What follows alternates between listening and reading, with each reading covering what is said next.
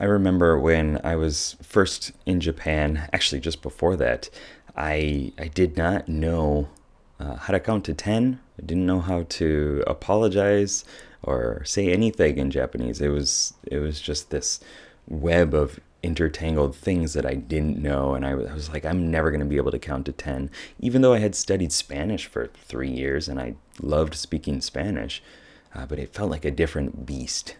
And I came here and was with a couple extroverted friends, and they would just constantly speak, just stumble over every rock, everything possible. And they learned so much, and they were speaking so much, and they were way more comfortable with speaking than I felt that I would ever be.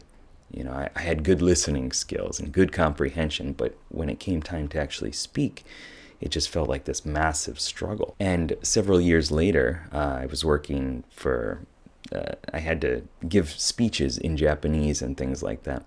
And I was still pretty nervous about it. And I always kind of like isolated myself to go talk to individual customers and things like that.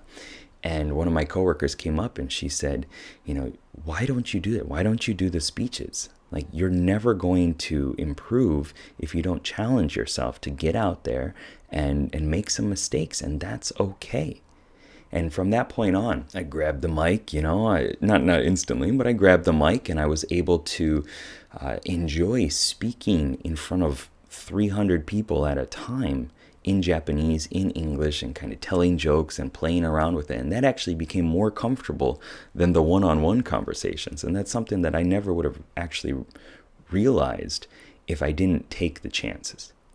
If I didn't put myself into that position and say, I don't know what's going to happen, but let's see. それで、いろんな経験得てから自分のことを学ぶんで、いろんな冒険してチャレンジしてみてくださいね。バイ。